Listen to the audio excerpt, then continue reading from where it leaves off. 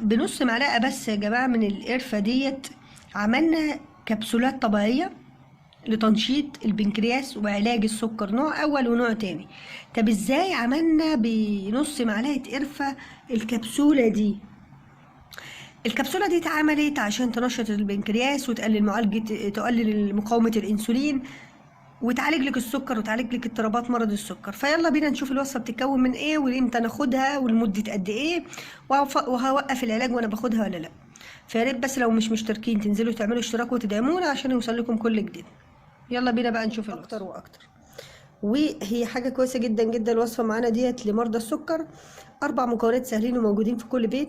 هنعمل منهم ايه؟ هنعمل منهم كبسوله بتتاخد الصبح وبالليل، هتظبط لك السكر. طب انا نوع اول تنفع لك، طب انا نوع تاني هتنفع لك برضو، ازاي؟ يلا بينا بقى نشوف الوصفة ونشوف مكوناتها وبتتكون من ايه وطريقة علاجها وازاي ناخدها ونقعد ناخدها قد ايه، وهل لما ناخدها نوقف العلاج ولا مش هنوقفه.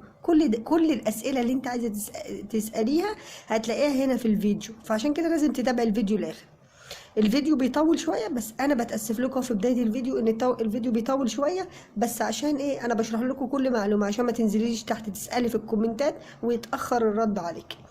يلا بينا نشوف ايه هي المكونات اللي معانا العجيبه دي للوصفه بتاعتنا. وصفتنا النهارده 4 مكونات احلى من بعض وافضل من بعض. هنبدا من واحنا ماشيين كده نقول ايه اول حاجه معانا هنا؟ دقيق الترمس. اكيد انتوا عارفين الترمس صح؟ هتقولي للعطار انا عايزاه دقيق ترمس، فده اول حاجه معانا ايه يا جماعه؟ ده ترمس مطحون، تقولي له ترمس مطحون او دي. تاني حاجه معانا هنا ايه؟ حبه الرشاد اهي، او السفاء او الحبه الحمراء. لو انت في اي دوله عربيه واي مكون بقوله ليه اسامي تانية وحضرتك ليها اسامي تانية في دولتك العربيه يا ريت تكتب لنا تحت. طب هنا معانا حلبه مطحونه، حلبة ايه مطحونة. طب الحلبة الحبوب او البذور تنفع هنا؟ لا، اللي انا بستخدمه هنا هو اللي انت تستخدميه. اخر مكون معانا هي القرفة.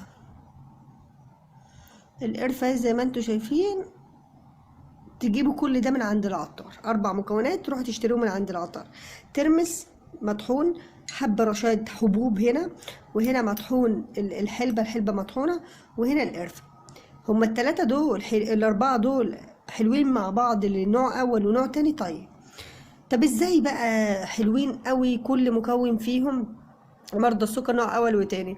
النوع الاول اكيد انتوا عارفين هو نوع بيبقى مش موجود فيه الانسولين خالص، بيبقى طفل لسه مولود ما عندوش الانسولين، ما عندوش مخزون انسولين. طب ازاي بقى بتتشغل؟ اول حاجة دول المكونات دي بتقلل مقاومة الانسولين، وتاني حاجة بتحسن خلايا البنكرياس. بمعنى ايه؟ اللي بيحصل عندك مع الوقت او غيره بيبقى فيه خلايا في البنكرياس مش بتشتغل ومش بتفرز الانسولين، وهي ده اللي موجود اكتر في النوع الاول. فالمكونات دي مع بعضها مهمة وليها فايدة ايه؟ ان هي بتحفز وبتنشط البنكرياس ان هي تفرز الانسولين. طيب ماشي، مقاومة الأنسولين بتعالجها. يعني إيه مقاومة الأنسولين؟ الناس الأوبيز، الناس التخان شوية، الناس اللي وزنهم زايد بيحصل عندهم مقاومة أنسولين. يعني إيه دي؟ يعني الأنسولين مش قادر يدخل السكر جوه الخلية. هو في أنسولين، في أنسولين بس مش عارف يدخل الإيه؟ السكر. ليه؟ في مقاومة. فدي برضو حلوة ليها. تاني حاجة بتحسن مستقبلات الأنسولين. بمعنى إيه؟ في انسولين بس مش عارف يدخل السكر. ليه مش عارف يدخل السكر؟ في مقاومة. يعني ايه في مقاومة؟ يعني المفروض عشان الانسولين يمسك في الخلية دي حاجة زي مستقبل بيمسك فيها بيمد ايده كده، اللي بيمد له ايده مش موجود، اللي هو بيسموه المستقبلات. طب ايه اهميتها برضو؟ اكيد انتوا شايفين القرفة فيها، فالقرفة دي لحرق الدهون. القرفة لحرق الدهون، بس القرفة هنا مش هنكتر منها قوي. انا هقول لك المقادير دلوقتي وهنعملها مع بعض على فكره، يعني انا بقول لك بس اهميتها في الاول عشان تعرفي انت هتاخدي ايه وليه اصلا. فالنوع الاول والنوع التاني ينفعوا لهم. الست الحامل لا، يعني مش حلوه قوي عشان القرفه بس، لا اما تقللي القرفه خالص. تمام. دلوقتي جينا لوقت مهم جدا، وقت ازاي اعملها وامتى اخدها واخدها لمدة قد ايه، واوقف الاسئلة. بقى الجزء التاني ده هو بتاع الاسئلة والوصف. طب تعالوا نشوف هنعملها ازاي.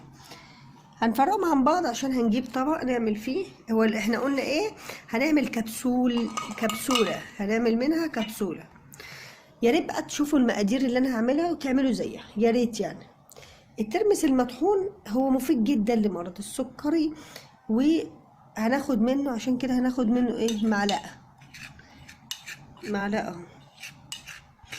تاني حاجة الترمس بيحرق الدهون. تالت حاجة الترمس بيقلل مقاومة الأنسولين، بينشط البنكرياس، بيعالج الاضطرابات اللي بتحصل في السكر. ولو خصوصا السكر ده، الاضطرابات دي بتحصل فين؟ بعد الأكل وغيره. يبقى دي معلقة كاملة من الترمس. نفس المقدار ده هناخده بقى معلقة برضو من الحلبة المطحونة.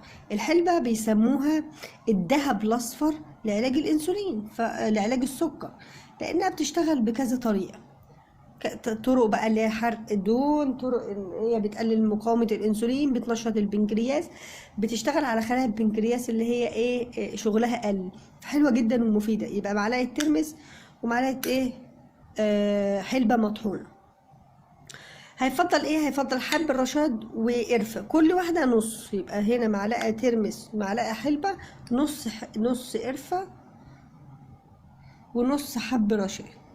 طب الحب الرشاد اجيبه مطحون؟ لا، احنا عايزينه حبوب. المكونات دي كلها بقى هعمل ايه، هجيب ميه بسيطه خالص، بحيث عايزه اعملها عجينه. فهجيب ميه يعني بسيطه الاول واقلبها، عشان عايزه اعملها ايه، عجينه، عشان عايزه اعملها كبسولات. تمام كده يا جماعه. نقلب بقى، نبتدي نقلب.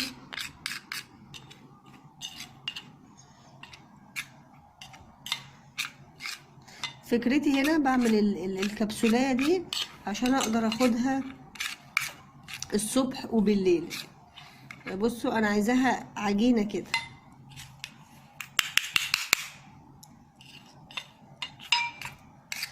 يا جماعة بصوا، انا هوريها لك بقى ولما تعملها كبسولات ازاي. يبقى كده يا جماعة عملت اهو معاكم الكبسولات اهي، 5 كبسولات اهي زي ما انتوا شايفين. هي دي بقى اللي هناخدها. طب هناخدها ازاي؟ العجينة دي بقيتها بتعمليها كبسولات وبتعينيها عادي، بتحتفظي بيها. طيب دلوقتي اخدها لمدة قد ايه وكم مرة؟ يبقى احنا عملنا المكونات: معلقة ترمس، معلقة حلبة مطحونة، نص قرفة، نص حب رشاد.